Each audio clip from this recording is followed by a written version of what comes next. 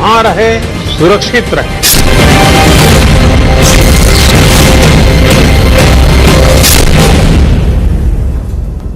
ನಮಸ್ಕಾರ, ನಾನು ಪೃಥ್ವಿರಾಜ್ ಹಾರನಹಳ್ಳಿ. ಕೊರೋನಾ ವಾರಿಯರ್ಗೆ ಕೊಲೆ ಬೆದರಿಕೆಯನ್ನ ಹಾಕಲಾಗಿದೆ. ಅಂಗನವಾಡಿ ಕಾರ್ಯಕರ್ತೆಗೆ ಕೊಲೆ ಬೆದರಿಕೆಯನ್ನ ಹಾಕಲಾಗಿರುವಂತದ್ದು.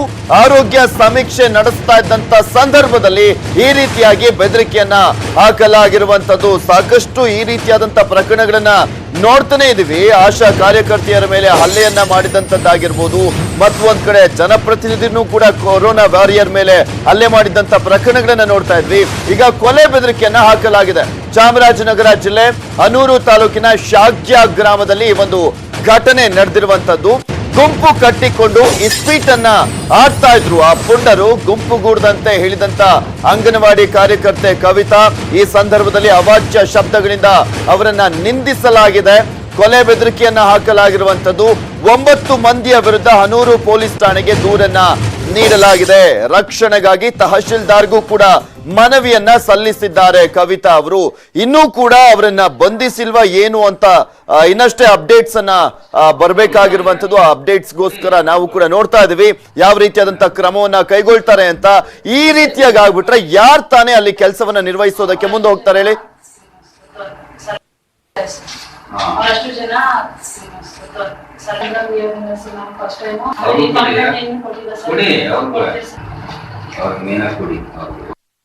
ಸರ್ವೆ ಮಾಡಕ್ ಹೋಗ್ಬೇಕಾದ್ರೆ ಸರ್ ನಮ್ಗೆ ಈ ತರ ತೊಂದರೆ ಕೊಟ್ರು.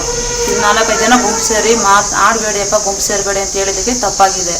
ಅದನ್ನ ಯಾಕೆ ಈ ತರ ಮಾಡ್ತಾ ಇದಾರೆ ಅಂತ ಹೇಳಿದಕ್ಕೆ ಮನೆಯವರು ಬಾಡಿಗೆ ಕೊಟ್ಟು ಇಸ್ಪೇಟ್ ಆಡಿಸ್ತಾ ಇದ್ರು. ಆ ಏರಿಯಾದಲ್ಲಿ ಸರ್ವೆ ಮಾಡಕ್ ಹೋದಾಗ ಸರ್ ಅಲ್ಲಿ ಇದನ್ನೆಲ್ಲ ಆಡಕ್ ಹೋಗ್ಬೇಡಿ ಅಂತ ಅವಾಯ್ಡ್ ಮಾಡಿ ಹೇಳಿದಕ್ಕೆಲ್ಲ ನೀನ್ ಯಾರು ಕೇಳೋದಕ್ಕೆ, ನಿನ್ ಕೆಲಸ ಏನಿದೆ ಅದನ್ನ ಮಾಡ್ಕೊಂಡೋಗ ನೀನು ಅಂತ 4 ಜನ ಹುಡುಗರು ನಂಗೆ ಆವಾಜ್ ಹಾಕಿದ್ರು. ಸರಿ, ನಾನು ಮಾತಾಡ್ಲಿಕ್ಕೆ ಹೋಗ್ಲಿಲ್ಲ ಸರ್ ಅವತ್ತು. ಸರಿ, ಸುಮ್ಮನೆ ಇದ್ದು ಪೊಲೀಸ್ಗೆ ಫೋನ್ ಮಾಡಿ ಈ ತರ ಆಗಿದೆ ಸರ್ ಈ ತರ ಮಾಡ್ತಾ ಇದ್ದಾರೆ, ಗುಂಪು ಸೇರ್ತಾ ಇದಾರೆ ಅಂತ ಅವ್ರಿಗೆ ಇನ್ಫಾರ್ಮೇಶನ್ ಕೊಟ್ವಿ. ಕೊಟ್ಟಿದ್ದಕ್ಕೆ ಅವ್ರು ಬಂದು ರೈಡ್ ಮಾಡಿದ್ರು ಸರ್. ರೈಡ್ ಮಾಡಿದ್ದಕ್ಕೆ ಅವರು ಏನ್ ಕೆಲಸ ಮಾಡ್ತೀಯ ನೀನು ಇಲ್ಲಿ ಮಾಡ್ಕೊಂಡು ಹೋಗು, ಹೆಂಗ್ ಕೆಲಸ ಮಾಡ್ತೀಯ ಮಾಡ್ಕೊಂಡು ಹೋಗು ಅಂತೇಳಿ ಜೀವ ಬೆದರಿಕೆ ಹಾಕವ್ರೆ. ಇರಬಾರ್ದು, ಇವಳು ಊರಲ್ಲಿ ಇರಬಾರ್ದು, ಇವಳನ್ನ ಕೊಲೆ ಮಾಡಿಸ್ಬೇಕು ಅಂತೇಳಿ. ಗಮನಿಸ್ತಾ ಇದ್ರಲ್ಲ, ಇವರೇ ಕವಿತಾ ಅಂತ ಆಶಾ ಕಾರ್ಯಕರ್ತೆ. ಅವ್ರು ಈಗಷ್ಟೇ ಹೇಳಿದ್ದನ್ನ ಕೂಡ ನೀವು ನೋಡ್ತಾ ಇದ್ರಿ. ಅವರ ಕೆಲಸವನ್ನ ಅವ್ರು ಮಾಡ್ತಾ ಇದ್ದಾರೆ. ಯಾಕೆಂದ್ರೆ ಎಲ್ಲೂ ಕೂಡ ಗುಂಪುಗೂಡಂಗಿಲ್ಲ, ಸಾಮಾಜಿಕ ಅಂತರವನ್ನ ಕಾಯ್ದುಕೊಳ್ಬೇಕು ಎಲ್ಲಾದ್ರೂ ಗುಂಪುಗೂಡದಂತ ಸಂದರ್ಭದಲ್ಲೂ ಕೂಡ. ಆದ್ರೆ ಅದ್ಯಾವುದು ಮಾಡದಂತ ಹಿನ್ನೆಲೆಯಲ್ಲಿ ಇವರ ಕೆಲಸವನ್ನ ಮಾಡ್ತಾ ಇದ್ದಾರೆ ಆಶಾ ಕಾರ್ಯಕರ್ತೆ. ಆದ್ರೆ ಅವರಿಗೆ ಅವಾಚ್ಯ ಶಬ್ದಗಳಿಂದ ನಿಂದಿಸಲಾಗಿದೆ. ಈ ಕುರಿತಂತೆ ಮಾತಾಡ್ಲಿಕ್ಕೆ ಸ್ವತಃ ಆಶಾ ಕಾರ್ಯಕರ್ತೆ ಕವಿತಾ ಅವರೇ ನಮ್ ಜೊತೆ ದೂರವಾಣಿ ಸಂಪರ್ಕದಲ್ಲಿದ್ದಾರೆ. ನಮಸ್ಕಾರ ಕವಿತಾ ಅವರೇ, ಹೇಗಿದ್ದೀರಾ? ಸರ್ ನಮಸ್ತೆ ಸರ್. ಅದ್ರಲ್ಲಿ ಆಶಾ ಕಾರ್ಯಕರ್ತೆ ಅಂತ ಹೇಳಿದ್ದಾರೆ ಸರ್. ಆಶಾ ಕಾರ್ಯಕರ್ತೆ ಅಲ್ಲ, ಅಂಗನವಾಡಿ ಕಾರ್ಯಕರ್ತೆ ಸರ್ ನಾವು. ಓಕೆ, ಅಂಗನವಾಡಿ ಕಾರ್ಯಕರ್ತೆ. ಈಗ ಏನಾಯ್ತು ನೀವು ಹೋದಂತ ಸಂದರ್ಭದಲ್ಲಿ? ಸರ್ ನಾವಲ್ಲಿ ಕರೋನಾ ವೈರಸ್ ಬಗ್ಗೆ ಅಂತ ಹೇಳಿ ಮನೆ ಮಾಹಿತಿ ಪಡೆದಕ್ಕೆ ಹೋಗಿದ್ವಿ ನಾವು. ಎಸ್, ಹೌದು. ಆ ಪಡೆಯಕ್ಕೆ ಹೋಗ್ಬೇಕಾದ್ರೆ ಮನೆಯಿಂದ ಮನೆಗೆ ಹೋಗ್ಬೇಕಾದ್ರೆ ಸರ್ ಅಲ್ಲಿ ಗುಂಪು ಸೇರಿ ಸ್ವಲ್ಪ ಜನ ಅಂದ್ರೆ ಏನೋ ಒಂದು ಕಾರ್ಡ್ ಆಡ್ತಾ ಇದ್ರು, ಇಸ್ಪೇಟ್ ಕಾರ್ಡ್ ಆಡ್ತಾ ಇದ್ರು. ಆ ಟೈಮಲ್ಲಿ ಇದೆಲ್ಲ ಆಡ್ಲಿಕ್ಕೆ ಹೋಗ್ಬೇಡಿ ಅಂತ ನಾವ್ ಹೇಳಿ 2 ವಾರದಿಂದ ಅವ್ರಿಗೆ ಹೇಳ್ಬಿಟ್ಟು ಬಂದಿದ್ವಿ ನಾವು. ಅಲ್ಲಿ ಮನೆ ಕೊಟ್ಟು ಆಡಿಸ್ತಾ ಇದ್ರು ಸರ್. ಅವ್ರ ಮನೆಯವ್ರಿಗೂ ಹೇಳಿದ್ವಿ ನಾವು. ಆದ್ರೆ ಅದನ್ನ ನೆಗ್ಲೆಕ್ಟ್ ಮಾಡಿ ಮತ್ತೆ ಅಲ್ಲಿ ಆಡಿಸ್ತಾ ಇದ್ರು ಸರ್. ಅದನ್ನ ನಾನು ಭಾನುವಾರ ಅಂದ್ರೆ 26ನೇ ಬಸವ ಜಯಂತಿ ದಿವಸ ಇವ್ರು ಹೇಳ್ ಮತ್ತೆ ಕೇಳ್ತಾ ಇಲ್ಲ ಅಂತ ಹೇಳಿ ನಾನು ಸೀಕ್ರೆಟ್ ಆಗಿ ಪೊಲೀಸ್ಗೆ ಫೋನ್ ಮಾಡಿ ಇನ್ಫಾರ್ಮ್ ಮಾಡಿದ್ದೆ. ನಾನು ಬಂದ್ರ ಅವ್ರು ಬಂದು ರೈಡ್ ಮಾಡ್ಕೊಂಡು ಹೋದ್ರು ಸರ್. ಅವ್ರನ್ನ ಅವ್ರು ರೈಡ್ ಮಾಡ್ಕೊಂಡು ಹೋಗಿದ್ದಕ್ಕೆ ಅವರು ಕೋಪ ಬಂದು ನಮ್ಮ ಮನೆಯವ್ರಿಗೆ ಹಸ್ಬೆಂಡ್ಗೆನೆ ಅಲ್ಲಿ ಯಾರು ಸಿಕ್ಕಿದ್ರು ರೈಡ್ ಮಾಡುವಾಗ ಅಷ್ಟು ಮೆಂಬರ್ಸ್ ಅವ್ರೇನು ಮಾಡ್ಲಿಕ್ಕಾಗಿಲ್ಲ ನನ್ನನ್ನ ಅಂತ ಹೇಳಿ ನಮ್ಮ ಮನೆಯವ್ರ ಹತ್ರನೇ ಹೇಳಿ ನನ್ನ ಮೇಲೆ ಹಲ್ಲೆ ಮಾಡ್ತಿದ್ದಾರೆ ಸರ್. ಹಲ್ಲೆನೂ ಮಾಡಿದಾರೆ ಸರ್. ಇಟ್ಟಿಗೆಯಿಂದ ಎಲ್ಲ ಹೊಡೆದಿದ್ದಾರೆ ಸರ್ ಅವರು. ಆಮೇಲೆ ಮತ್ತೆ ಮುಖ ಎಲ್ಲ ಕಿತ್ತು ಎಲ್ಲ ಗಾಯ ಮಾಡಿದ್ದಾರೆ. ಓಕೆ, ಕೇಳ್ಲಿಕ್ಕೆ ಹೋದ್ರೆ ನಾನು ಮಾತ್ರ ನಾನ್ ಡ್ಯೂಟಿ ಮಾಡ್ತಾ ಇದ್ದೀನಿ. ಹಲ್ಲೆ ಆಗಿದ್ದು ಇವತ್ತು? ಈ ಹಲ್ಲೆ ಆಗಿದ್ದು ಭಾನುವಾರ 26ನೇ ತಾರೀಕು ಸರ್. ಹಲ್ಲೆ ಆಗಿದ್ದು ಭಾನುವಾರ? ಓಕೆ, ಭಾನುವಾರ ಸರ್. ಅವರು ಯಾವಾಗ ಮತ್ತೆ ಹಲ್ಲೆ ಮಾಡಿದ್ಮೇಲೂ ಕೂಡ ನಾನು ಮನೇಲಿ ಇದ್ರೆ ಕೊಲೆ ಮಾಡ್ತೀನಿ ಅಂತ ಎದುರಿಸಿದ್ರು. ಓಕೆ, ಅಂದ್ರೆ ಎಷ್ಟು ಜನ ರೈಡ್ ಮಾಡುವ ಸಿಕ್ಕಿದ್ರು ಅವರೆಲ್ಲರೂ ಕೂಡ ಎದುರಿಸಿದ್ರು ಸರ್. ಅವ್ರನ್ನ ಅರೆಸ್ಟ್ ಮಾಡ್ಕೊಂಡು ಹೋದ್ಮೇಲೂ ಕೂಡ ಬಿಡುಗಡೆ ಆಗಿದ್ರು ಅವರೆಲ್ಲ? ಬಿಡುಗಡೆ ಆಗಿಲ್ಲ ಸರ್. ಅವ್ರ ರೈಡ್ ಮಾಡ್ಕೊಂಡು ಹೋದ್ಮೇಲೆ ಅವ್ರ ಹತ್ರ ಮೊಬೈಲ್ ಮತ್ತೆ ಏನೋ ಸ್ವಲ್ಪ ದುಡ್ಡು ಇದ್ದು ತಗೊಂಡೋಗಿದ್ದಾರೆ. ಓಕೆ, ಅವ್ರನ್ನ ಬಿಟ್ಟೋಗಿದ್ದಾರೆ ಮೆಂಬರ್ಸ್ ಗಳನ್ನ. ಅವ್ರನ್ನ ಬಂಧಿಸಿಲ್ಲ? ಅವ್ರನ್ನ ಬಂಧಿಸಿಲ್ಲ ಸರ್. ಅವ್ರನ್ನ ಬಿಟ್ಟೋಗಿದ್ದಾರೆ ರೈಡ್ ಮಾಡಿದವರು. ಓಕೆ ಓಕೆ, ಅವರು ಬಿಟ್ಟು ಹೋದ್ರಲ್ಲ, ಅವರು ಮತ್ತೆ ನಮ್ಮ ಮನೆಯವರು ಎಲ್ಲ ಹೊರಗಡೆ ಹೋದಾಗ ಅವ್ರನ್ನ ಎಲ್ಲೂ ಕೂರ್ಸ್ಕೊಡ್ತಾ ಇರ್ಲಿಲ್ವಂತೆ. ನಿಮ್ ಹೆಂಡತಿ ಹೀಗ್ ಮಾಡಿದ್ದಾರೆ, ನಿಮ್ ಹೆಂಡತಿ ಕೆಲಸದಲ್ಲಿದ್ದಾರೆ ಅಂತ ಹೀಗ್ ಮಾಡ್ಬೋದಾ ಹಾಗೆ ಹೇಗೆ ಅಂತ ಬಾಯಿ ಬಂದಿಗೆ ಮಾತಾಡಿದ್ದಾರೆ. Okay okay. ಅದಕ್ಕೆ ಅವರು ಏನೋ ನನ್ನ ಮಾತು ಕೇಳ್ತೀನಿ ಬಿಡು ಅಂತ ಅವ್ರು ಬಂದು ವಾದಿಸಿ ವಿಚಾರಿಸಿ ಏನು ಅಂತ ವಿಚಾರ ಕೇಳಬೇಕಿತ್ತು ಸರ್. ಅವರು ಏನು ಅಂತ ಬಂದು ವಿಚಾರ ಮನೇಲಿ ಕೇಳಿಲ್ಲ. ಹೋಗಿದ್ರ ನೀವು ಅಲ್ಲಿ? ಸರ್ ಇವತ್ತು ನಾನು ಹೋಗಿಲ್ಲ ಸರ್, ನಾನು 3 ದಿವಸ ಆಯ್ತು ಸರ್ ನಾನು ಊರ್ ಬಿಟ್ಟು. ಓಕೆ, ನೀವು ಕಂಪ್ಲೇಂಟ್ ಕೊಟ್ರಲ್ಲ, ಏನಂದ್ರು ಪೊಲೀಸು? ಅವ್ರನ್ನ ಎಷ್ಟು ಜನ ಇದ್ದಾರೆ, ನಾನು ಎಷ್ಟು ಜನ ಮೇಲೆ ಕಂಪ್ಲೇಂಟ್ ಕೊಡ್ತೀನಿ, ಅವ್ರೆಲ್ಲ ಕರೆಸಿ ವಿಚಾರಿಸ್ತೀವಿ ಅಂತ ಹೇಳಿದ್ದಾರೆ. ಯಾವತ್ತು ಕಂಪ್ಲೇಂಟ್ ಮಾಡಿದ್? ಯಾವತ್ತು? ಇವತ್ ಮಧ್ಯಾಹ್ನ ಸರ್. ಇವತ್ ಮಧ್ಯಾಹ್ನ ವಿಚಾರಿಸ್ತೀವಿ ಅಂತ ಹೇಳಿದಾರೆ ಅಷ್ಟೇ? ಹೌದು ಸರ್. ತಹಶೀಲ್ದಾರ್ ಏನಂದ್ರು? ಅವ್ರಿಗೆ ಮನವಿ ಕೊಟ್ರಲ್ಲ? ಅವ್ರಿಗೆ ಹೇಳಿದ್ದಕ್ಕೆ ಸರ್ ಅವರು ನಿಮ್ಮ CDP ಆಫೀಸಿಂದ ಒಂದು ಅರ್ಜಿ ಕಳ್ಸಕ್ ಹೇಳಿ ಅಂತ ಹೇಳಿದ್ರು ಸರ್. ಅವ್ರು ಏನ್ ಅರ್ಜಿ ಕಳ್ಸ್ಬೇಕಂತೆ? ಅಲ್ಲಿಂದ ಅವರು ಹೇಳ್ಬೇಕಂತೆ ಸರ್, ನಮ್ ಕಾರ್ಯಕರ್ತ ಮೇಲೆ ಈ ತರ ಹಲ್ಲೆ ಮಾಡ್ತಾ ಇದಾರೆ. ನೀವ್ ಹೇಳಿದ್ರೆ ತಗೊಳಲ್ವಂತೆ ಇವರು? ಅಂದ್ರೆ ಇಲ್ಲ ಸರ್ ಹಾಗಂತ ಹೇಳಿದ್ರು ಸರ್, ನಿಮ್ಮ CDP ನಮ್ಮ ಕಾರ್ಯಕರ್ತ ಮೇಲೆ ಹಲ್ಲೆ ಮಾಡ್ತಾ ಇದಾರೆ ಹಾಗಂತ ಹೇಳಿ ಅವ್ರು ಹೇಳಿದ್ರೆ ತಿಂಗಳು ಕಾಯ್ತಾ ಇದಾರೆ. ಅವರಿಂದ ಬಂದು ಇವರಿಂದ ಬಂದು ಇವ್ರು ಹೇಳ್ಬೇಕು ಅವ್ರು ಹೇಳ್ಬೇಕು ಅಂತ. ಹಾಗಾದ್ರೆ ತಹಶೀಲ್ದಾರು? ಹಾ ಸರ್. ಸೊ ಪೊಲೀಸು ಕೂಡ ಇನ್ನೂ ಆಕ್ಷನ್ ತಗೊಂಡಿಲ್ಲ ಇಷ್ಟೆಲ್ಲ ಹಲ್ಲೆ ಆದ್ಮೇಲೂ ಕೂಡ? ಈಗ ಅಲ್ಲಿ ಹೋಗಿದ್ದಾರೆ ಸರ್, ವಿಚಾರಿಸಕ್ಕೆ ಹೋಗಿದ್ದಾರೆ ಅಂತ ಸರ್ ಅವರು. ಓಕೆ ಓಕೆ ಓಕೆ ಕವಿತಾ ಅವರೇ, ಇದೇ ಒಂದು ವಿಚಾರವನ್ನ ಅಲ್ಲಿನ ಜಿಲ್ಲಾಧಿಕಾರಿಗಳಿಗೆ SP ಅವ್ರಿಗೂ ಕೂಡ ಸಂಪರ್ಕವನ್ನ ಮಾಡಿ ತಿಳಿಸ್ತೀವಿ. ಏನಾಯ್ತು ಅನ್ನೋದ್ರ ಬಗ್ಗೆನೂ ಕೂಡ ಕಂಪ್ಲೀಟ್ ಮಾಹಿತಿಯನ್ನ ನೀಡ್ತೀವಿ. Thank you so much news 18 ಜೊತೆ ಮಾತನಾಡಿದಕ್ಕೆ. ಮೇಲುಕೋಟೆಗೆ ಮುಂಬೈನಿಂದ ಶವ ತಂದಂತ ವಿಚಾರಕ್ಕೆ ಸಂಬಂಧಪಟ್ಟಂತೆ ಅಂತ್ಯಕ್ರಿಯೆ ವಿಚಾರವಾಗಿ ಯಾರೂ ನನ್ನನ್ನ ಸಂಪರ್ಕಿಸಿಲ್ಲ, ಸುಖ ಸುಮ್ಮನೆ ನನ್ನ ಹೆಸರನ್ನ ತಳುಕು ಹಾಕಲಾಗ್ತಾ ಇದೆ ಅಂತ ಶಾಸಕರು ಮಾತನಾಡಿದ್ದಾರೆ. ಪುಟ್ಟರಾಜು ಅವರು ಶಾಸಕರು ಮಾತನಾಡಿರುವಂತದ್ದು ಮೇಲುಕೋಟೆಗೆ ಮುಂಬೈನಿಂದ ಶವ ತಂದಂತ ವಿಚಾರಕ್ಕೆ ಸಂಬಂಧಪಟ್ಟಂತೆ ಈಗ ಆಲ್ರೆಡಿ ಸಾಕಷ್ಟು ಚರ್ಚೆ ಆಗ್ತಾ ಇದೆ. ಆ ಒಂದು ವಿಚಾರದ ಬಗ್ಗೆ ಈಗ ಶಾಸಕರು ಕೂಡ ಪ್ರತಿಕ್ರಿಯೆಯನ್ನ ಕೊಟ್ಟಿರುವಂತದ್ದು. ಮೇಲುಕೋಟೆ ಶಾಸಕ ಮಾಜಿ ಸಚಿವ CS ಪುಟ್ಟರಾಜು ಹೇಳಿಕೆಯನ್ನ ಕೊಟ್ಟಿದ್ದಾರೆ. ಮುಂಬೈನಿಂದ ಶವ ತರಲಿಕ್ಕೆ ಸಹಾಯ ಮಾಡಿದವರು ಯಾರು, ಶವ ತರಲಿಕ್ಕೆ ಸಹಾಯ ಮಾಡಿದವರು ಯಾರೆಂದು ತನಿಖೆ ಆಗ್ಲಿ ಅಂತ ಆಗ್ರಹಿಸಿದ್ದಾರೆ. ನನ್ನ ಕ್ಷೇತ್ರದ ಜನ ಈ ಪ್ರಕರಣದಿಂದ ಗಾಬರಿಗೆ ಒಳಗಾಗಿದ್ದಾರೆ.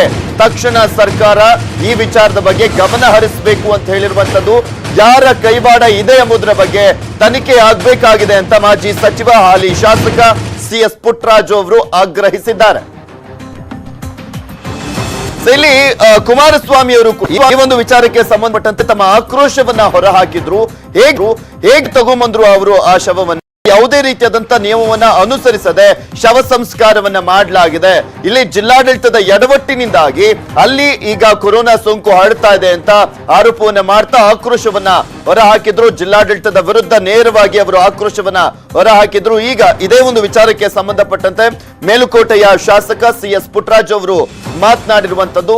ಶವ ತರಲಿಕ್ಕೆ ಯಾರು ಸಹಾಯವನ್ನ ಮಾಡಿದ್ರು, ಈ ಒಂದು ವಿಚಾರಕ್ಕೆ ಸಂಬಂಧಪಟ್ಟಂತೆ ತನಿಖೆ ಆಗಬೇಕು ಅಂತ ಅವರು ಆಗ್ರಹಿಸಿದ್ದಾರೆ.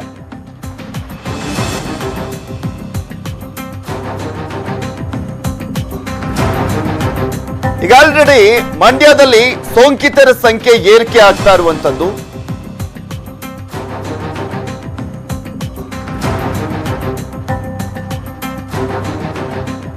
ಆದರೆ ಹೃದಯಾಘಾತದಿಂದ ಅವರು ಮರಣ ಹೊಂತಾರೆ ಅಂತ ಅಲ್ಲಿನ ದೇಸಾಯಿ ಆಸ್ಪತ್ರೆಯ ಡಾಕ್ಟರು ಅದನ್ನು ಸರ್ಟಿಫೈ ಮಾಡ್ತಾರೆ. ಬಾಂಬೆಯಿಂದ ಹಲವಾರು ಜನ ನುಸುಳು ಬರುವಂಥ ಒಂದು ವ್ಯವಸ್ಥೆ ನಮ್ಮ ಜಿಲ್ಲೆಗೆ ಆಗ್ತಾ ಇದೆ. ಇವತ್ತು ಬಹುತೇಕ ನನ್ನ ಕಾನ್ಸ್ಟಿಟ್ಯೂನ್ಸಿನಲ್ಲೇ ಕೊಡಗಳ್ಳಿಯ ಒಬ್ಬ ವ್ಯಕ್ತಿ ಹೋಟ್ಲು ನಡೆಸ್ತಿದ್ದಂಥ ಒಬ್ಬ ಉದ್ಯಮಿ ಕಳೆದ 24ನೇ ತಾರೀಕು ಆಂಬುಲೆನ್ಸನ್ನ ಬಾಡಿನ ಮಹಾರಾಷ್ಟ್ರದಿಂದ ಹಾರ್ಟ್ ಅಟ್ಯಾಕ್ ಆಗಿದೆ ಅಂತ ತಂದು ಊರಿಗೆ ತರುವಂಥ ಪ್ರಯತ್ನ ಮಾಡಿದ್ದಾರೆ. ನಮ್ಮ ತಾಲೂಕು ಆಡಳಿತ ಬಾರ್ಡರ್ನಲ್ಲೇ ತಡೆದು ಅವ್ರನ್ನ ಅಲ್ಲೇ ಚಿತೆಗೆ ಬೆಂಕಿಗಿಡಿಸುವಂಥ ಕೆಲಸವನ್ನು ಮಾಡಿರ್ತಕ್ಕಂಥ ಹಿನ್ನೆಲೆಯಲ್ಲಿ ಇವತ್ತು ಬಹುತೇಕ ಒಂದು ದೊಡ್ಡ ಅನಾಹುತನ ತಡೆದಿದ್ದಾರೆ. ಜೊತೆಗೆ ಅವ್ರನ್ನ ಏನು ಅಲ್ಲಿಂದ 5 ಜನ ಬಂದಿದ್ದರು, ಜೊತೆಗೆ 2 ಹೆಲ್ಪ್ ಕೊಟ್ಟು ಅವತ್ತು ಅಂತ್ಯಕ್ರಿಯೆ ಮಾಡಿಸಿದ್ರು. ಆ 7 ಜನನೂ ಕ್ವಾರಂಟೈನ್ ಮಾಡಿಸಿದ್ದಾರೆ. ಈಗ ಮೊನ್ನೆ ಅವ್ರನ್ನ ಟೆಸ್ಟ್ ಮಾಡಿ ರಿಸಲ್ಟ್ಗೋಸ್ಕರ ಕಾಯ್ತಾ ಇರ್ತಕ್ಕಂಥದ್ದಿದೆ. ನನಗೆ ಸಂಬಂಧ ಇಲ್ಲದೆ ಇರ್ತಕ್ಕಂಥ ವಿಚಾರ ಬಾರ್ಡ್ರಿಗೆ ಬರ್ತಾ ಇದೆ ಅನ್ನೋ ಸಂದರ್ಭದಲ್ಲಿ ನಮಗೆ ತಾಲೂಕು ಆಡಳಿತ ಗಮನಕ್ಕೆ ತಂದಾಗ ತಕ್ಷಣ ನಾನು ತಹಶೀಲ್ದಾರ್ಗೆ ಸೂಚಿಸಿ ಅಲ್ಲೇ ನಿಲ್ಲಿಸಬೇಕು, ಯಾವುದೇ ಕಾರಣಕ್ಕೂ ತಾಲೂಕೊಳಗೆ ಬಿಡಬಾರ್ದು ಅಂತೇಳಿ ನಿಲ್ಲಿಸಿ ತಾಲೂಕು ಆಡಳಿತ ಅದರಂತೆಯೇ ಅವ್ರನ್ನ ಬಾರ್ಡರ್ನಲ್ಲೇ ನಿಲ್ಲಿಸಿ ಬಾರ್ಡರ್ನಲ್ಲೇ ಅವ್ರನ್ನ ಅಂತ್ಯಕ್ರಿಯೆ ಮಾಡುವಂಥ ಒಂದು ಕೆಲಸನ ಮಾಡಿದೆ. ಇವತ್ತು ನನ್ನನ್ನು ಹೆಸರನ್ನ ಯಾಕೆ ಇದಕ್ಕೆ ತಳ್ಕಾಗ್ತಾ ಇದ್ದಾರೆ ಅಂತಕ್ಕಂಥದ್ದು ನನಗೆ ಅರ್ಥ ಆಗ್ತಾ ಇಲ್ಲ. ಇವತ್ತು ಸರ್ಕಾರ ಒತ್ತಾಯ ಮಾಡ್ತೀನಿ, ಇದರಿಂದ ಯಾರಿದ್ದಾರೆ ಇವತ್ತು ಬಾಂಬೆಯಿಂದ ನನ್ನ ತಾಲೂಕಿನ ಗಡಿ ಪ್ರವೇಶನ ಯಾವ ರೀತಿ ಗಡಿ ಪ್ರವೇಶ ಮಾಡಲಿಕ್ಕೆ ಪ್ರಯತ್ನ ಯಾವ ರೀತಿ ನಡೀತು ಅಂತಕ್ಕಂಥದ್ದು ಎಂಕ್ವೈರಿ ಮಾಡಬೇಕು ಅಂತೇಳಿ ನಾನು ಒತ್ತಾಯ ಮಾಡ್ತೀನಿ. ಆದರೆ ಹೃದಯಾಘಾತದಿಂದ ಅವರು ಮರಣ ಹೊಂತಾರೆ ಅಂತ ಅಲ್ಲಿನ ದೇಸಾಯಿ ಆಸ್ಪತ್ರೆಯ ಡಾಕ್ಟರು ಅದನ್ನು ಸರ್ಟಿಫೈ ಮಾಡ್ತಾರೆ. ತದನಂತರ ಅವರ ಕುಟುಂಬಸ್ಥರು ಅವರು ಸ್ವಂತ ಊರಿನಲ್ಲಿ ದಫನ್ ಮಾಡಬೇಕು ಅಂತ ದೇಸಾಯಿ ಆಸ್ಪತ್ರೆಯ ಸರ್ಕಾರಿ ಆಂಬ್ಯುಲೆನ್ಸ್ ತೆಗೆದುಕೊಂಡು ಅಲ್ಲಿನ ಡಾಕ್ಟರ್ ಅವರಿಂದ ದೃಢೀಕೃತ ಪತ್ರವನ್ನು ತೆಗೆದುಕೊಂಡು ಬಾಡಿಯನ್ನು ಎಂಬಾಲ್ವಿಂಗ್ ಅಂತ ಮಾಡಿ, ಅಂದರೆ ಫಾರ್ಮಲಿನನ್ನು ಹಾಕಿ ಯಾವುದೇ ಕಾರಣಕ್ಕೂ ಕೆಡಬಾರ್ದು ಅಂತ ಅಲ್ಲಿಂದ ಅವರು KR ಪೇಟೆ ಮುಖಾಂತರ ಕೊಡಗಹಳ್ಳಿ ಗ್ರಾಮಕ್ಕೆ ಆಗಮಿಸಿರ್ತಾರೆ. ಅವ್ರನ್ನ ದಫನ್ ಮಾಡಲಾಗಿರ್ತದೆ.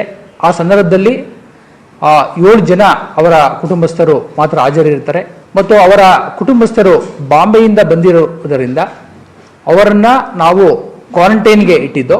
28ನೇ ತಾರೀಕು ಅವರಿಗೆ ನಾವು ಪರೀಕ್ಷೆಯನ್ನು ಒಳಪಡಿಸಿದ್ದು. ಆ ಪರೀಕ್ಷೆಯ ರಿಸಲ್ಟ್ ಈ ದಿವಸ ಬಂದಿದೆ. ಅದರಲ್ಲಿ ಪ್ರಮುಖವಾಗಿ ಅವರ ದೊಡ್ಡ ಮಗ 566, ಮಗಳು 567, ಮೊಮ್ಮಗ 568, ಇನ್ನೊಬ್ಬರು ಮಗಳು 569 ಪಾಸಿಟಿವ್ ಬಂದಿರ್ತಾರೆ. ಮೃತ ವ್ಯಕ್ತಿಯ ಹೆಂಡತಿ ಅವರು ನೆಗೆಟಿವ್ ಇರ್ತಾರೆ. ಇನ್ನು ಮಂಡ್ಯ ಜಿಲ್ಲೆಯಲ್ಲಿ ಮತ್ತೆ ಅದರಲ್ಲೂ ಪ್ರಮುಖವಾಗಿ ಮುಂಬೈ ಮೂಲದಿಂದ ಬಂತಲ್ಲ 4ವರಿಗೆ ಸೋಂಕು. ಸೊ ಹೀಗಾಗಿ ಇದಕ್ಕೆ ಆಕ್ರೋಶವನ್ನ ವ್ಯಕ್ತಪಡಿಸಿದ್ದಾರೆ HDK. ಸರ್ಕಾರವೇ ನೇರ ಕಾರಣ ಅಂತ ಕುಮಾರಸ್ವಾಮಿ ಅವರು ಆರೋಪವನ್ನ ಮಾಡಿದ್ದಾರೆ. ನಿಯಮ ಪಾಲಿಸದೆ ಶವ ಸಂಸ್ಕಾರವನ್ನು ಮಾಡಲಾಗಿದೆ, DC ಅನುಮತಿ ಇಲ್ಲದೆ, ತಪಾಸಣೆ ಇಲ್ಲದೆ ಶವವನ್ನ ತರಲಾಗಿದೆ ಅಂತ ಕಿಡಿಕಾರಿದ್ದಾರೆ. ಈಗಾಗಲೇ ರಾಮನಗರದಲ್ಲಿ ಡ್ಯಾಮೇಜ್ ಮಾಡ್ಲಿಕ್ಕೆ ಏನು ಹೋದ್ರು, ಅದನ್ನ ನನ್ನ ಒಂದು ಒತ್ತಡದ ಮೇಲೆ ತಕ್ಷಣ ಕ್ರಮ ತೆಗೆದುಕೊಂಡಿದ್ದು ಒಂದು ಭಾಗ. ಈಗ ಮಂಡ್ಯ ಜಿಲ್ಲೆಯಲ್ಲಿ ದೊಡ್ಡ ಮಟ್ಟದ ಅನಾಹುತಗಳು ಪ್ರಾರಂಭ ಆಗಿದೆ. ಅದಕ್ಕೆ ಕಾರಣ ಜಿಲ್ಲೆಯ ಆಡಳಿತ ಅಲ್ಲಿ ನಡ್ಕೋತಾ ಇರತಕ್ಕಂಥ ಅವರ ಒಂದು ನಿರ್ಲಕ್ಷ್ಯ ಮತ್ತು ಲಘುವಾದ ತೀರ್ಮಾನಗಳೇನಿದೆ. ನೋಡಿ, ಮೊನ್ನೆ ದಿನ ಬಾಂಬೆಯಿಂದ ಒಂದು ಶವವನ್ನು ತಗೊಂಡ್ಬರ್ತಾರೆ. ಆ ಶವವನ್ನು ತರಬೇಕಾದ್ರೆ ಯಾವ ರೀತಿಯಲ್ಲಿ ಮುಂಜಾಗ್ರತೆ ಕ್ರಮಗಳನ್ನು ತೆಗೆದುಕೋಬೇಕಾಗಿತ್ತು, ತಗೊಳ್ಳಿಲ್ಲ. ನಾನು ಮಾಹಿತಿಗಳನ್ನು ತೆಗೆದರೆ ಇವತ್ತಲ್ಲಿ ಏನು ಮಂಡ್ಯದಲ್ಲಿ ಒಂದು ಪಾಂಡವಪುರದ ಒಂದು ಹಳ್ಳಿಯಲ್ಲಿ ಯಾವೊಂದು 5 ಜನಕ್ಕೆ ಪಾಸಿಟಿವ್ ಬಂದಿದೆ ಆ ಶವದ ಜೊತೆ ಬಂದಂಥವ್ರಿಗೆ. ಆ ಶವ ತರಬೇಕಾದ್ರೆ ಫೇಕ್ ಡಾಕ್ಯುಮೆಂಟ್ಗಳನ್ನು ಸೃಷ್ಟಿ ಮಾಡಿದ್ದಾರೆ. ಅಲ್ಲಿ ಜಿಲ್ಲಾಧಿಕಾರಿಗಳಾಗಲಿ, ಪೊಲೀಸ್ ವರಿಷ್ಠಾಧಿಕಾರಿಗಳಾಗಲಿ ಸರ್ಕಾರದ ಗೈಡ್ಲೈನ್ ಏನಿದೆ ಅದನ್ನು ಸರಿಯಾದ ರೀತಿ ಆ ಗೈಡ್ಲೈನ್ನ ಇವತ್ತು ಜಾರಿಗೆ ತರದೆ ಇವತ್ತಲ್ಲಿ ಏನು ಅಲ್ಲಿ ಶವ ತಂದು ಸುಡಲಿಕ್ಕೆ ಅವಕಾಶ ಕೊಟ್ಟರು.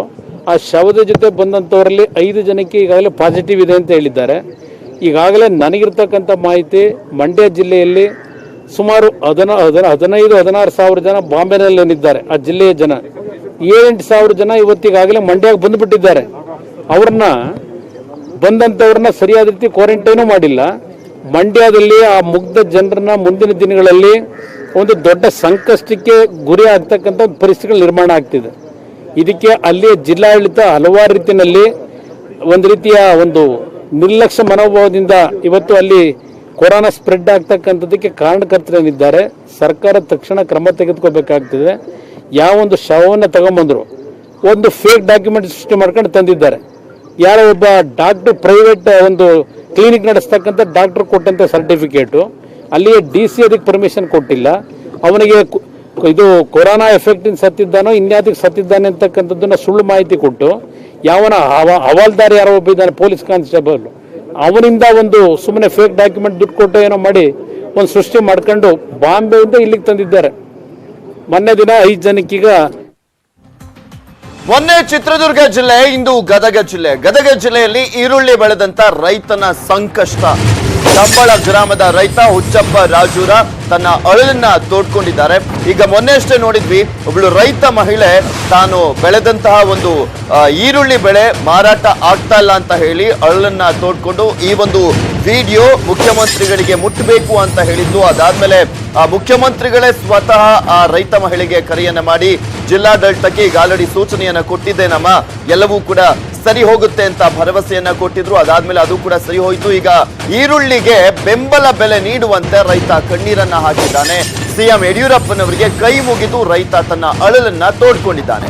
ಊರಿಗೆ ಹೋದ್ರೆ ಸಾಲಗಾರರ ಕಾಟ, ಸೊ ಹೀಗಾಗಿ ಈರುಳ್ಳಿಗೆ ಯೋಗ್ಯ ಬೆಲೆಯನ್ನ ನೀಡಿ ಖರೀದಿಸಿ, ಇಲ್ಲವಾದ್ರೆ ಆತ್ಮಹತ್ಯೆ ಒಂದೇ ನನಗೆ ದಾರಿ ಅಂತ ತನ್ನ ಅಳಲನ್ನ ತೋಡ್ಕೊಂಡಿರುವಂತದ್ದು.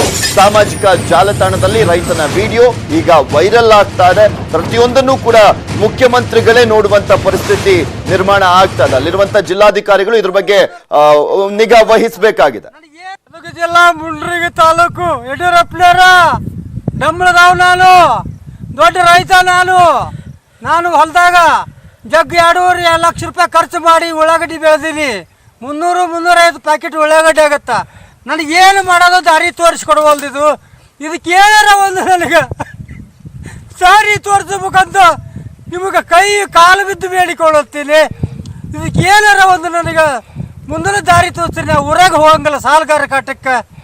ಸಾಲಗಾರ ನೋಡಿದ್ರೆ ಹೊಲಕ್ಕೆ ಬರಾಕತ್ತಾರ, ಹೊಲದಾಗ ಉಳ್ಳಾಗಡ್ಡಿ ಅಕ್ಕಾಡ ಕುಂತೀನಿ. ಏನು ಮಾಡಿ ಯಡಿಯೂರಪ್ಪ, ನಾನು ನಿಮಗೆ ಕೈಯೆಲ್ಲ ಕಾಲು ಬೀಳ್ತೀನಿ. ನನಗೆ ಏನಾರ ಒಂದು ಇದಕ್ಕೆ ನೀವು ಮಾಡಬೇಕು, ಮಾಡಲಿಕ್ಕೆ ಆತ್ಮಹತ್ಯೆ ಮಾಡಿಕೊಳ್ಳುತ್ತೇನೆ.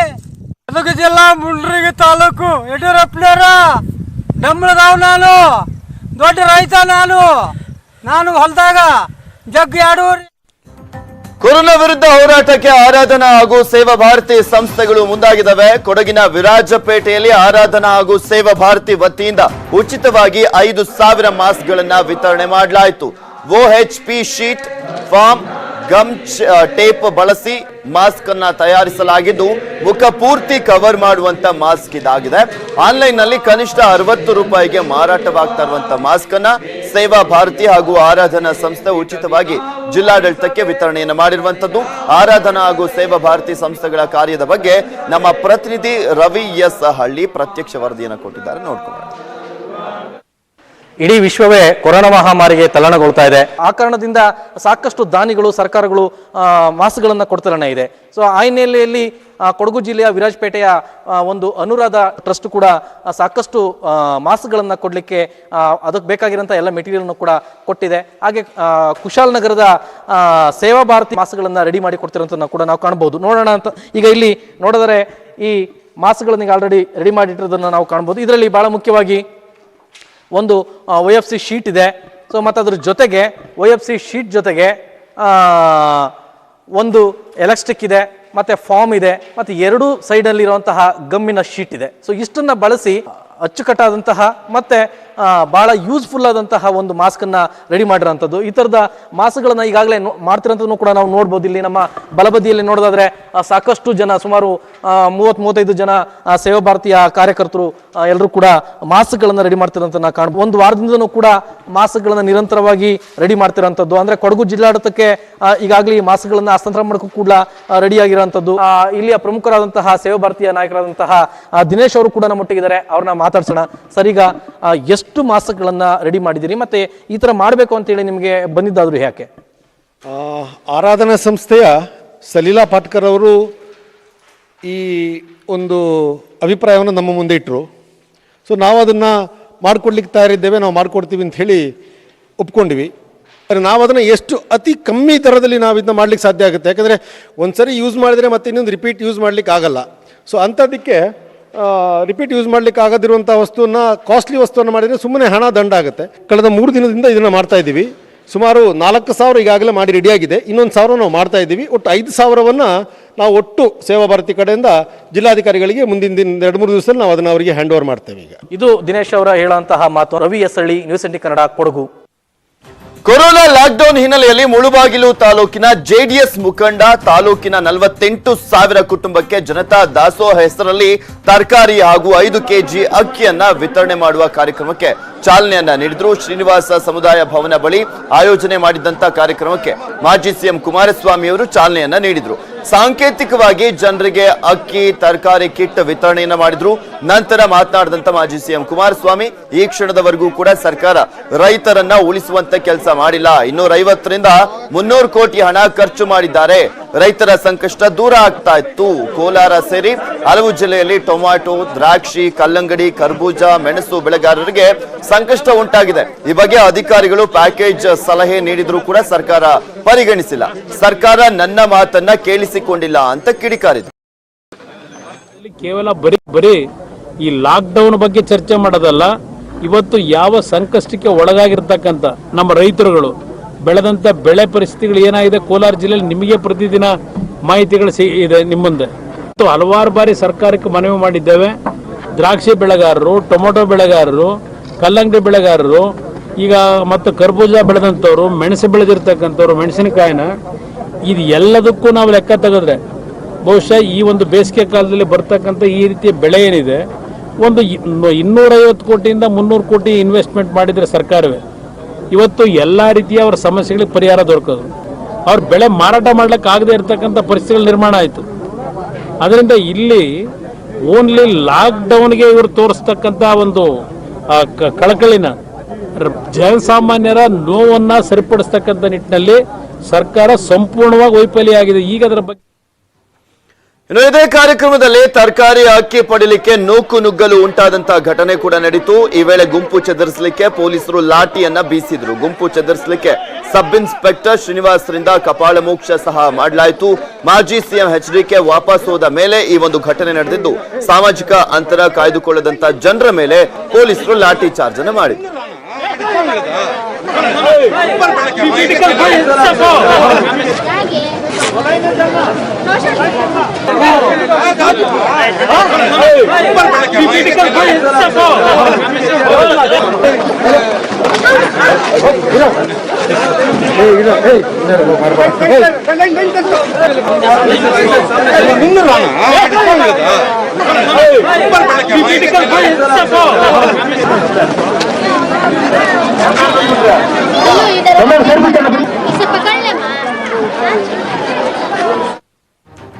ಕೊರೋನಾ ಪೀಡಿತ ವಿಜಯಪುರಕ್ಕೆ ಇಂದು ಸ್ವಲ್ಪ ರಿಲೀಫ್ ಸಿಕ್ಕಿದೆ. 5 ಮಂದಿ ಕೊರೋನಾ ಸೋಂಕಿತರು ಗುಣಮುಖರಾಗಿದ್ದಾರೆ. ಡಿಸ್ಚಾರ್ಜ್ ಆಗಿರುವಂತದ್ದು ವಿಜಯಪುರ ಜಿಲ್ಲಾಸ್ಪತ್ರೆಯಿಂದ ಅವರು ಡಿಸ್ಚಾರ್ಜ್ ಆಗಿದ್ದಾರೆ. ಈವರೆಗೂ 11 ಜನ ವಿಜಯಪುರ ಜಿಲ್ಲಾಸ್ಪತ್ರೆಯಿಂದ ಗುಣಮುಖರಾಗಿದ್ದಾರೆ. ಇಂದು patient number 306, patient number 307, patient number 308, 310, 362 ಈ 5 ಜನ ಪೇಷಂಟ್ಗಳು ಡಿಸ್ಚಾರ್ಜ್ ಆಗಿದ್ದಾರೆ. ಕೊರೋನಾ ಸೋಂಕಿನಿಂದಾಗಿ ಆಸ್ಪತ್ರೆಯಲ್ಲಿ ಟ್ರೀಟ್ಮೆಂಟ್ ಅನ್ನ ಪಡ್ಕೊಳ್ತಾ ಇದ್ರು. ಈಗ ಡಿಸ್ಚಾರ್ಜ್ ಆಗಿರುವಂತದ್ದು. ಜಿಲ್ಲೆಯಲ್ಲಿ ಇದುವರೆಗೂ ಒಟ್ಟು 43 ಮಂದಿಗೆ ಸೋಂಕು ಇದೆ. 2 ಸಾವನ್ನಪ್ಪಿದ್ದಾರೆ. 11 ಜನ ಈಗ ಗುಣಮುಖರಾಗಿರುವಂತದ್ದು. ಸೊ 30 ಜನರು ಇನ್ನೂ ಕೂಡ ಆಕ್ಟಿವ್ ಕೇಸಸ್ಗಳು ವಿಜಯಪುರದಲ್ಲಿ ಇದ್ದಾವೆ. ಅವರು ಚಿಕಿತ್ಸೆಯನ್ನ ಪಡ್ಕೊಳ್ತಿದ್ದಾರೆ.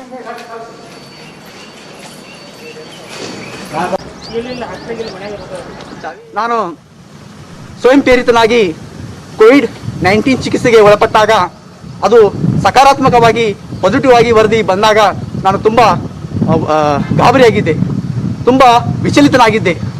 ಯಾವಾಗ ನನಗೆ ಆಂಬ್ಯುಲೆನ್ಸ್ ಮುಖಾಂತರ ಆಸ್ಪತ್ರೆಗೆ ತಂದಾಗ ನಾನು ತುಂಬ ಕುಗ್ಗಿ ಹೋಗಿದ್ದೆ. ವೈದ್ಯರು ಮನೋವೈಜ್ಞಾನಿಕವಾಗಿ ಹಾಗೂ ನನ್ನನ್ನು ಸದೃಢ ಮಾಡಿದರು ಮತ್ತು ಉತ್ತಮವಾಗಿ ಚಿಕಿತ್ಸೆ ಕೊಡುವುದರ ಮೂಲಕ ನಾನು ಈಗ ಗುಣಮುಖನಾಗಿದ್ದೇನೆ. ಆದ ಕಾರಣ ಜಿಲ್ಲಾ ಆರೋಗ್ಯ ಇಲಾಖೆ ಹಾಗೂ ಎಲ್ಲ ಆರೋಗ್ಯ ಸಿಬ್ಬಂದಿಗಳಿಗೆ ಹೃತ್ಪೂರ್ವಕ ಅಭಿನಂದನೆಗಳನ್ನು ಸಲ್ಲಿಸುತ್ತೇನೆ. ನೆಲಮಂಗಲದಲ್ಲಿ ಕೊರೋನಾ ವಾರಿಯರ್ಸ್ಗೆ ಸನ್ಮಾನವನ್ನ ಮಾಡಲಾಯಿತು. ಪೌರ ಕಾರ್ಮಿಕರು ಹಾಗೂ ಬೆಸ್ಕಾಂ ಸಿಬ್ಬಂದಿಗಳಿಗೆ ಬಸವಣ್ಣ ದೇವರ ಮಠ ವತಿಯಿಂದ ಸನ್ಮಾನ ಕಾರ್ಯಕ್ರಮ ನಡೆಯಿತು. ಈ ವೇಳೆ ಕೊರೋನಾ ವಾರಿಯರ್ಸ್ಗೆ ದಿನಸಿ ಕಿಟ್ ಅನ್ನ ವಿತರಣೆ ಮಾಡಲಾಯಿತು. ಸಭೆ ಸಮಾರಂಭಗಳ ನಿಷೇಧವಿದ್ರೂ ಕೂಡ ಬೃಹತ್ ಸನ್ಮಾನ ಸಮಾರಂಭವನ್ನ ಏರ್ಪಡಿಸಲಾಗಿತ್ತು. ಇನ್ನು ಇಲ್ಲಿ ಸಾಮಾಜಿಕ ಅಂತರವನ್ನ ಯಾರೂ ಕೂಡ ಕಾಪಾಡಲಿಲ್ಲ. ಆದ್ರೆ ಸಭೆಗೆ ಆಗಮಿಸಿದಂತ ಕೊರೋನಾ ವಾರಿಯರ್ಸ್ ಸಾಮಾಜಿಕ ಅಂತರವನ್ನ ಕಾಯ್ದುಕೊಂಡರು.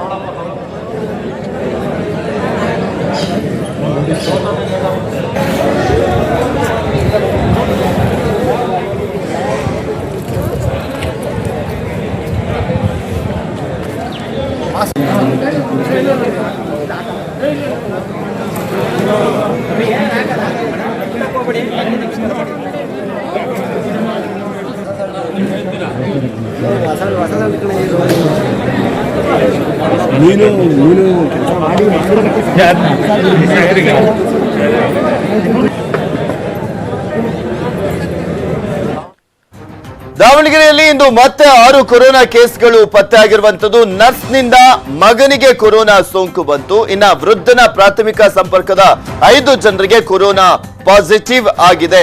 ಪೇಷಂಟ್ ನಂಬರ್ 533 ಇವರ ಸಂಪರ್ಕದಿಂದ ಅವರ ಮಗ 16 ವರ್ಷದ ಮಗನಿಗೆ ಸೋಂಕು ಬಂದಿದೆ. ಪೇಷಂಟ್ ನಂಬರ್ 556 ಆ ಒಬ್ಬ ರೋಗಿಯಿಂದ 5 ಜನರಿಗೆ ಪಾಸಿಟಿವ್ ಬಂದಿರುವಂತದ್ದು.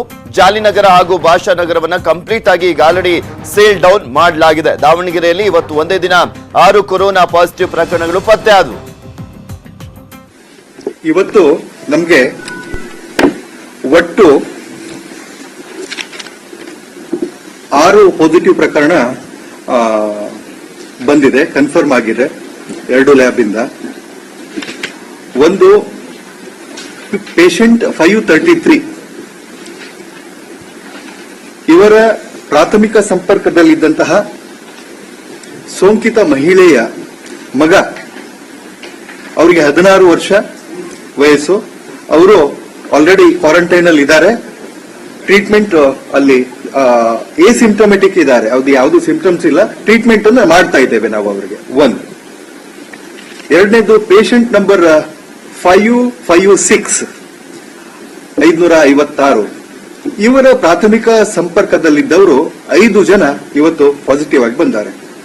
ಸೋಂಕಿತ ವ್ಯಕ್ತಿಯ ಸೊಸೆ 31 ವರ್ಷ ವಯಸ್ಸು. ಸೋಂಕಿತ ವ್ಯಕ್ತಿಯ ಸೊಸೆ ಇನ್ನೊಬ್ಬ ಸೊಸೆ 26 ವರ್ಷ. ಸೋಂಕಿತ ವ್ಯಕ್ತಿಯ ಮಗ 34 ವರ್ಷ. ಸೋಂಕಿತ ವ್ಯಕ್ತಿಯ ಸೊಸೆ 18 ವರ್ಷದವರೊಬ್ರು. ಸೋಂಕಿತ ವ್ಯಕ್ತಿಯ ಮೊಮ್ಮಗ 1 ವರ್ಷದ ಪಾಪು. ಈ 5 ಜನರಿಗೆ ಪಾಸಿಟಿವ್ ಬಂದಿದೆ. ಬೆಳಗಾವಿಯಲ್ಲಿ ಇಂದು ಮತ್ತೆ 3 ಕೊರೋನಾ ಬಂದಿರುವಂತದ್ದು. ಪೇಷಂಟ್ ನಂಬರ್ 301 ಆ ವ್ಯಕ್ತಿಯ ಸೆಕೆಂಡರಿ ಸಂಪರ್ಕದಲ್ಲಿದ್ದಂತ ಪೇಷಂಟ್ 574 ಕುಡಚಿ 55 ವರ್ಷದ ವ್ಯಕ್ತಿ. ಪೇಷಂಟ್ ನಂಬರ್ 575 ಕುಡಚಿಯ 30 ವರ್ಷದ ಮಹಿಳೆ. ಹಾಗೆ ಪೇಷಂಟ್ ನಂಬರ್ 576 ಕುಡಚಿಯ 50 ವರ್ಷದ ವ್ಯಕ್ತಿಗೆ ಕೊರೋನಾ ಸೋಂಕು ದೃಢಪಟ್ಟಿದೆ. 3 ಕೂಡ ತಬ್ಲಿಗಿ ಸಭೆಗೆ ಹೋಗಿ ಬಂದವರಿಂದಲೇ ಸೋಂಕು ತಗುಲಿದೆ.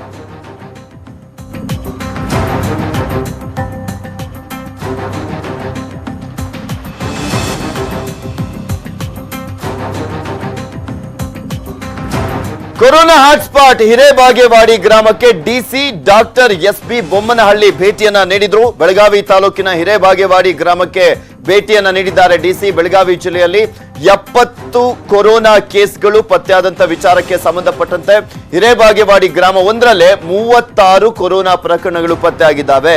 ಹಿರೇಬಾಗೇವಾಡಿ ಗ್ರಾಮದಲ್ಲಿ ಅಗತ್ಯ ವಸ್ತುಗಳ ಪೂರೈಕೆ ಆಗ್ತಾ ಇಲ್ಲ ಅಂತ ಆರೋಪ ಮಾಡಿದ್ರು ಸ್ಥಳೀಯರು. ಸೊ ಹೀಗಾಗಿ ಅಗತ್ಯ ವಸ್ತುಗಳ ಪೂರೈಕೆಗೆ ಕ್ರಮ ಕೈಗೊಳ್ಳೋದಾಗಿ ಡಿಸಿ ಭರವಸೆಯನ್ನ ನೀಡಿದ್ದಾರೆ. ಹಿರೇಬಾಗೇವಾಡಿ ಪೊಲೀಸ್ ಠಾಣೆ ಆವರಣದಲ್ಲಿ ಸಭೆಯನ್ನು ನಡೆಸಿದಂತ ಡಿಸಿ ಡಾಕ್ಟರ್ ಎಸ್ಬಿ ಬೊಮ್ಮನಹಳ್ಳಿ ಜಾನುವಾರುಗಳಿಗೆ ಮೇವು ಪೂರೈಕೆಗೂ ಕೂಡ ಕ್ರಮವನ್ನ ಕೈಗೊಳ್ಳೋದಾಗಿ ಭರವಸೆಯನ್ನ ನೀಡಿದ್ರು. ಹಿರೇಬಾಗೇವಾಡಿ ಆ ಒಂದು ಗ್ರಾಮ ಏನಿದೆ ಅಲ್ಲಿಂದನೇ ಅತಿ ಹೆಚ್ಚು ಸೋಂಕಿತರು ಈಗ ವರದಿಯಾಗ್ತಾ ಇರುವಂತದ್ದು.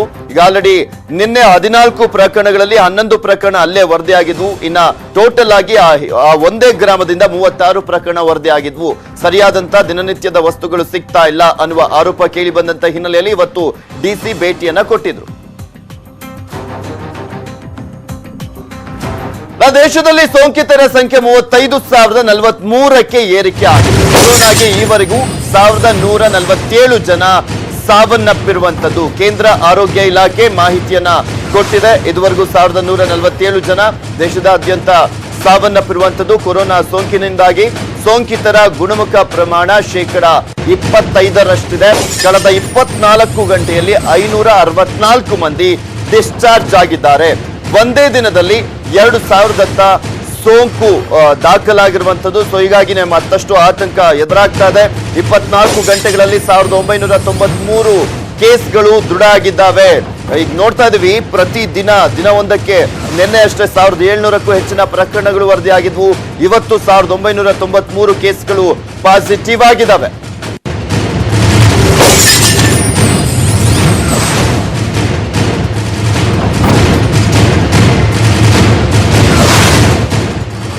ದೇಶದಾದ್ಯಂತ ಕೊರೋನಾ ಸೋಂಕಿತರ ಸಂಖ್ಯೆ ದಿನದಿಂದ ದಿನಕ್ಕೆ ಜಾಸ್ತಿ ಆಗ್ತಾನೆ ಇದೆ. ಈಗ ಆಲ್ರೆಡಿ 35,000 ಗಡಿಯನ್ನ ಕೂಡ ದಾಟಿರುವಂತದ್ದು. ಟೋಟಲ್ ಆಗಿ ಭಾರತದಲ್ಲಿ ಸೋಂಕಿತರ ಸಂಖ್ಯೆ 35,043ಕ್ಕೆ ಏರಿಕೆ ಆಗಿದೆ. ಇನ್ನ ಒಂದೇ ದಿನ 24 ಅವರ್ಸ್ ಅಲ್ಲಿ 1,990ಕ್ಕೂ ಹೆಚ್ಚಿನ ಪ್ರಕರಣಗಳು ದಾಖಲಾಗಿದ್ದಾವೆ.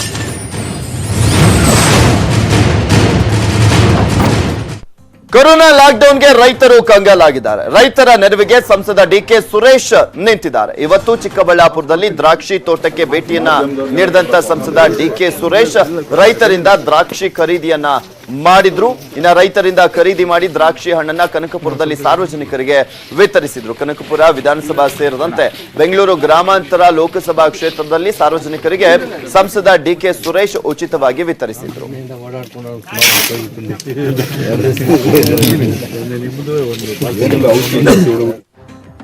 ಇಂದು ಕಾರ್ಮಿಕ ದಿನಾಚರಣೆಯ ಹಿನ್ನೆಲೆಯಲ್ಲಿ ಪೌರ ಕಾರ್ಮಿಕರಿಗೆ ಸನ್ಮಾನಿಸಿ ತಹಶೀಲ್ದಾರ್ ಒಬ್ಬರು ಗೌರವವನ್ನ ಸಲ್ಲಿಸಿದ್ದಾರೆ. ಬೆಳಗಾವಿ ಜಿಲ್ಲೆಯ ರಾಯಭಾಗ ತಾಲೂಕಿನ ಚಿಂಚಲಿ ಪಟ್ಟಣದಲ್ಲಿ ಈ ಒಂದು ಘಟನೆ ನಡೆದಿದೆ.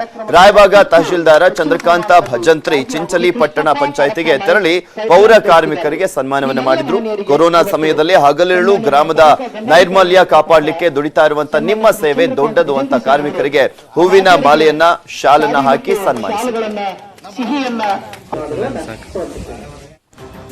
ವಲಸೆ ಕಾರ್ಮಿಕರ ಪ್ರಯಾಣಕ್ಕೆ ರೈಲು ವ್ಯವಸ್ಥೆಯನ್ನ ಮಾಡಲಾಗ್ತಾ ಇದೆ. ದೇಶದ ವಿವಿಧೆಡೆ ಸಿಲುಕಿರುವಂತಹ ವಲಸೆ ಕಾರ್ಮಿಕರ ಪ್ರಯಾಣಕ್ಕೆ ಈಗ ವಿಶೇಷ ರೈಲುಗಳ ವ್ಯವಸ್ಥೆಯನ್ನ ಮಾಡಲಾಗ್ತಾ ಇದೆ. ಅಂದ್ರೆ ಆಯಾಯ ರಾಜ್ಯಗಳಿಗೆ ಇದರ ಜವಾಬ್ದಾರಿಯನ್ನ ವಹಿಸಲಾಗಿತ್ತು. ಹಾಗೆ ಕರ್ನಾಟಕ ರಾಜ್ಯದಲ್ಲೂ ಕೂಡ ಒಂದೊಂದು ರಾಜ್ಯಕ್ಕೂ ಕಳುಹಿಸಿಕೊಡ್ಲಿಕ್ಕೆ ಒಬ್ಬೊಬ್ಬ IAS IPS ಅಧಿಕಾರಿಗಳನ್ನ ಈ ರೀತಿಯಾಗಿ ನಿಯೋಜನೆ ಮಾಡಲಾಗಿತ್ತು. ಈಗ ರೈಲ್ವೆ ಇಲಾಖೆಯಿಂದನೇ ವಿಶೇಷ ರೈಲಿನ ವ್ಯವಸ್ಥೆಯನ್ನ ಮಾಡಲಾಗ್ತಾ ಇದೆ. ರಾಜ್ಯ ಕೇಂದ್ರಾಡಳಿತ ಪ್ರದೇಶಗಳ ಜೊತೆ ಚರ್ಚಿಸಿ ನಿರ್ಧಾರವನ್ನ ಕೈಗೊಳ್ಳಲಾಗಿದೆ. ಇದು ಬೆಟರ್ ಐಡಿಯಾ. ಯಾಕೆಂದ್ರೆ ಬಸ್ಗಳಲ್ಲಿ ಕಳಿಸೋದಾದ್ರೆ ತುಂಬಾ ವೆಚ್ಚ ಆಗುತ್ತೆ. ಅದರ ಜೊತೆಗೆ ಮತ್ತೊಂದು ಏನ್ ಕಾರಣ ಅಂದ್ರೆ ಒಂದು ಬಸ್ ಅಲ್ಲಿ 20 ಜನ ಮ್ಯಾಕ್ಸಿಮಮ್ ಕಳಿಸಬಹುದು. ಆದ್ರೆ ಬೇರೆ ರಾಜ್ಯಕ್ಕೆ ಹೋಗುವಂತ ಕಾರ್ಮಿಕರ ಸಂಖ್ಯೆ ಸಾಕಷ್ಟಿದೆ. 100, 200, 300 ಈ ರೀತಿಯಾಗಿರುವಂತದ್ದು, 1000 ಗಟ್ಟಲೆಗೂ ಕೂಡ ಜಾಸ್ತಿ ಆಗಿರುವಂತದ್ದು. ಸೊ ಹೀಗಾಗಿ ಟ್ರೈನ್ ಅಲ್ಲಾದ್ರೆ ಈಸಿಯಾಗಿ ಅವರನ್ನೆಲ್ಲರನ್ನೂ ಕೂಡ ಅಟ್ ಎ ಟೈಮ್ ಒಂದೇ ದಿನನೇ ಅವರನ್ನ ಶಿಫ್ಟ್ ಮಾಡಬಹುದು ಅನ್ನುವ ಲೆಕ್ಕಾಚಾರ. ಸೊ ಹೀಗಾಗಿ ರೈಲ್ವೆ ಇಲಾಖೆನೆ ಮುಂದಾಗಿರುವಂತದ್ದು, ವ್ಯವಸ್ಥೆಯನ್ನ ಮಾಡ್ತಾ ಇದೆ. ವಲಸೆ ಕಾರ್ಮಿಕರು, ಪ್ರವಾಸಿಗರು, ವಿದ್ಯಾರ್ಥಿಗಳ ಸ್ಥಳಾಂತರ ಮಾಡ್ಲಿಕ್ಕೆ ಈಗ ರೈಲ್ವೆ ಇಲಾಖೆನೆ ಒಂದು ರಾಜ್ಯದಿಂದ ಮತ್ತೊಂದು ರಾಜ್ಯಕ್ಕೆ ಸ್ಥಳಾಂತರ ಮಾಡ್ಲಿಕ್ಕೆ ಮುಂದಾಗಿದೆ. ವಿವಿಧೆಡೆ ಸಿಲುಕಿದ್ದಾರೆ. ತಮ್ಮ ಸ್ಥಳಗಳಿಗೆ ತೆರಳಲಿಕ್ಕೆ ಅವಕಾಶವನ್ನ ಈಗ ಆಲ್ರೆಡಿ ಕೇಂದ್ರ ಗೃಹ ಇಲಾಖೆ ಮಾಡಿಕೊಟ್ಟಿದೆ. ಇವೆಷ್ಟು ಇವರಿಗಿನ ಸುದ್ದಿ. ನೋಡ್ತಾ ಇರಿ ನ್ಯೂಸ್ 18 ಕನ್ನಡ. ಜಾಲ ನಮ್ಮದು, ಬಲ ನಿಮ್ಮದು. ಈ ವಾರ್ತೆಯ ಮುಖ್ಯಾಂಶಗಳ ಪ್ರಾಯೋಜಕರು ಮೊದಲ